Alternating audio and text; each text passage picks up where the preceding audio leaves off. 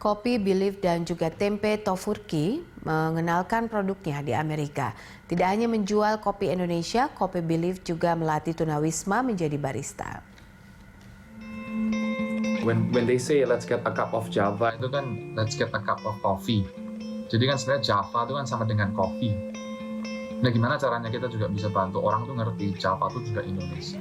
Jadi kopi itu Indonesia. Ivan Hartanto, diaspora Indonesia asal Solo ini adalah pendiri Belief, perusahaan pembuat kopi daring yang juga memasok kopi Indonesia ke sejumlah kantor di San Francisco Bay Area, California. Isinya sih ini memperkenalkan produk-produk Indonesia, membuktikan bahwa Indonesia itu juga punya barang-barang, terutama kalau kita kan kopi yang berkualitas, yang layak dikonsumsi dan bisa bersaing di kota-kota di Amerika sini. Sesuai namanya, Belief, Ivan percaya ia dapat mengangkat nama Indonesia sekaligus memberi dampak sosial.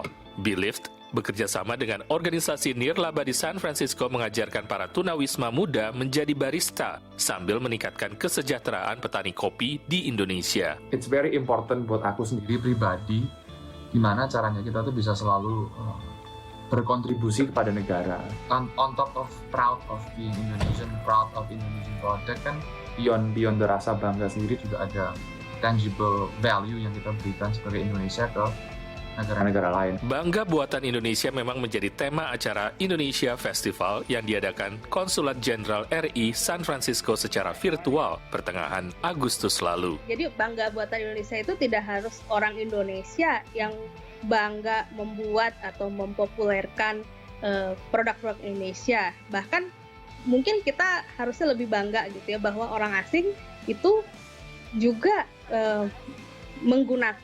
mempopulerkan produk Indonesia. Acara ini memperkenalkan berbagai produk Indonesia dari 10 perusahaan di pantai barat Amerika seperti Belief dan perusahaan warga Amerika. Salah satunya Tofurky milik Seth Tibet. And they couldn't believe that a bule like me was making tempeh, and they said this is very good tempeh. And it was through tempeh that I got to know these Indonesians that lived in the Portland area, and they would tell me stories about Indonesia and about tempeh, and so that was my entry into Indonesian culture. Seth mulai membuat tempe sejak 1984 dan mendirikan Tofurky di Hood River, Oregon. The Westerners, they need to have tempeh burgers. They need to have tempeh buffalo wings. They need to have products that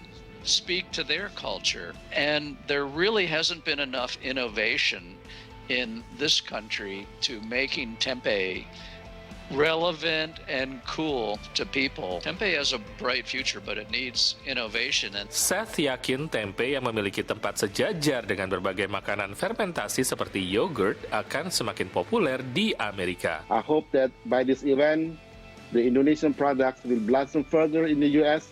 and become an inspiration for all to love Indonesia even more. Dari Washington DC, Zulfian Bakar, Nia Iman Santoso, VOA.